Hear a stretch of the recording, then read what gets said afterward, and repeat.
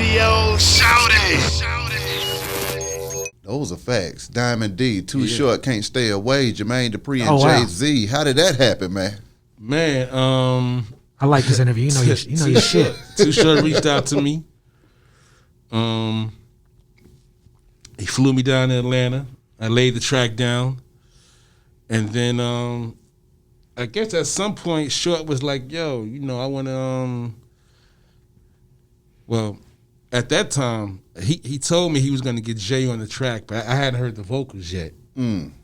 So then when I heard it, I was like, okay, yeah, this is a banger right here.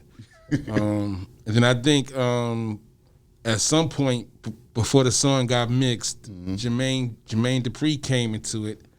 He did the hook, and I think he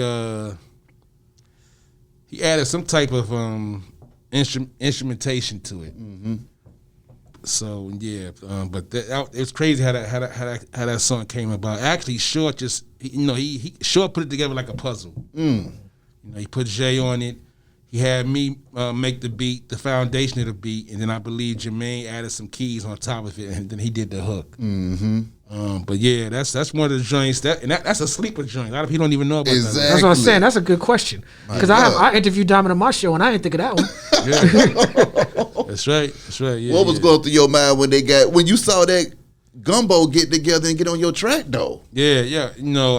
I felt good. Yeah. Because a lot of times, like if you work with a producer and you pay for the track, you pay for his services.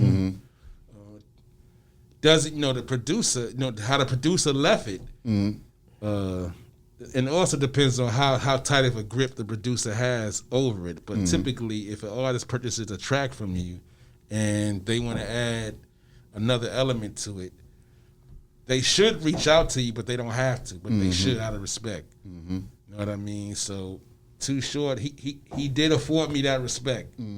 So it's not like I was blindsided by it. Yeah.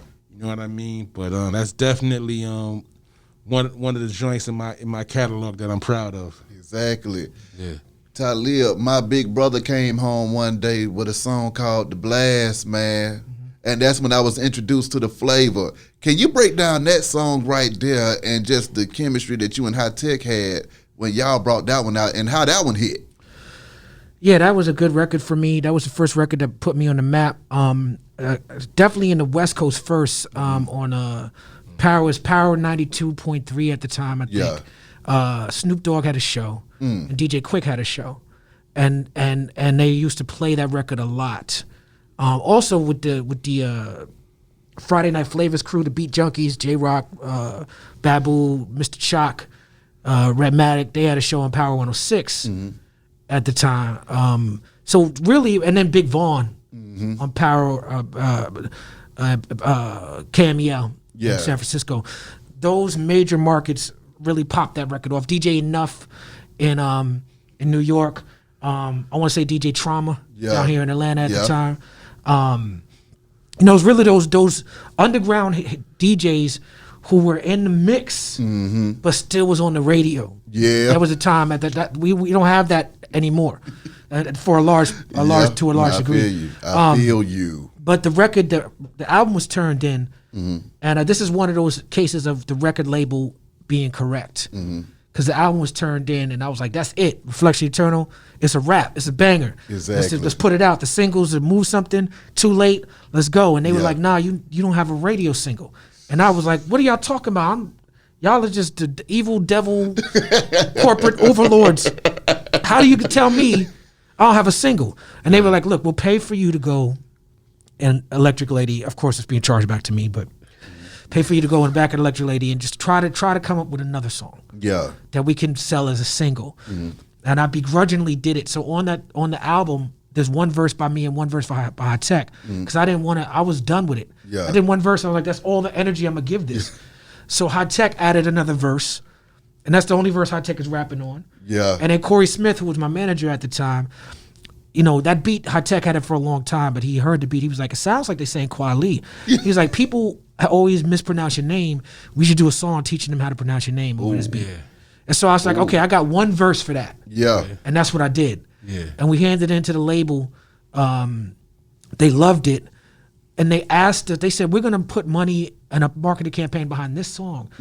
Can you record another verse for the video version and for the radio version so that the song is long enough? Yeah. Because it wasn't long back then. Now, I'm looking at Lil Baby thing, and artists like this, they have like 1 minute, 2 minute songs now. Platinum. Which I'm not mad at that. Yeah, it's less work, more money for me. I like it. One long verse. But back then, it was very specific. It was like, and the industry was so controlled. It was like, if your song was 2 minutes long, you can't play it on radio. And the song is 4 minutes long, you can't play it on radio. It's got to be 3 minutes and 30 seconds. You got to make that edit. And you get that little 3 minute, 30 second edit. Between 3 minutes and 3:30. Right. My God. That's terrible for music. Exactly. It's terrible. But we lived through that, right? And both me and Diamond, I'm sure, have crafted singles with that in mind. Exactly. You know what I'm saying?